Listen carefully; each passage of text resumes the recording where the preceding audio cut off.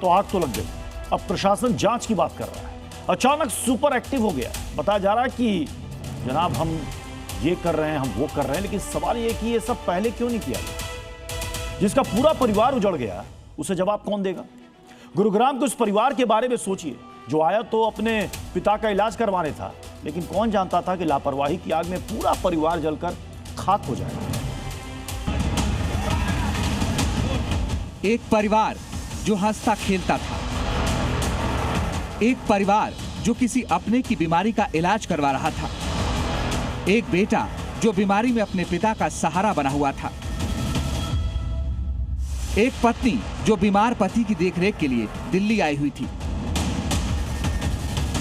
एक पोती जो अपने दादा की बीमार हालत में साथ देने के लिए बेंगलोर से आई थी। वो पूरा परिवार आज लापरवाही की भेंट चढ़ चुका है और दिल्ली में लगी करप्शन की आग में जलकर खाक हो चुका है। गुरुग्राम के रहने वाले 80 साल के राधेश्याम अग्रवाल, जो इस वक्त मैक्स अस्पताल के आईसीयू में भर्ती हैं, खुद अपनी बीमारी से जूझ रहे हैं। वो नहीं जानते कि उनके पीछे उनका परिवार उजड़ चुका है।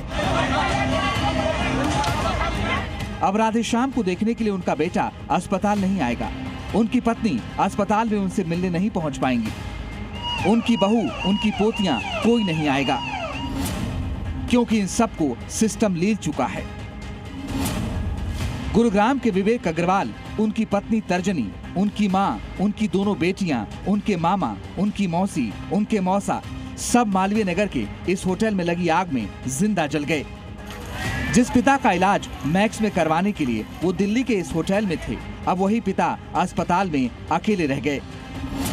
विवेक अग्रवाल और उनके परिवार के 8 लोग हादसे के वक्त बेसमेंट में मौजूद थे और बेसमेंट का दरवाजा लॉक होने की वजह से वो बचने में नाकाम रहे। विवेक अग्रवाल पेशे से सीए थे और गुरुग्राम के सेक्टर 46 में रहते थे। अब जबकि पूरा परिवार खत्म हो चुका है तो घर पर ताला लगा है। के पापा जी बीमार थे, वो इलाज कराने आ रहे हैं, वो परसों से एडमिट है। उनके सामने हॉस्पिटल ले लेता कमरा बाहर रूम, हाँ उस बिल्डिंग में रूम दिया था। अभी नहीं मिल रही। मेरी 8:28 से बात हुई है, अगर हम तो सो रहे हैं। 8:30 के करीबन आप कह रहे हैं आपकी बात। हाँ मेरी बात भी बेटी जी। अभी पुलिस वाले का फोन आया कि चार फोन रिकवर हुए, चारों में हमारे फोन है।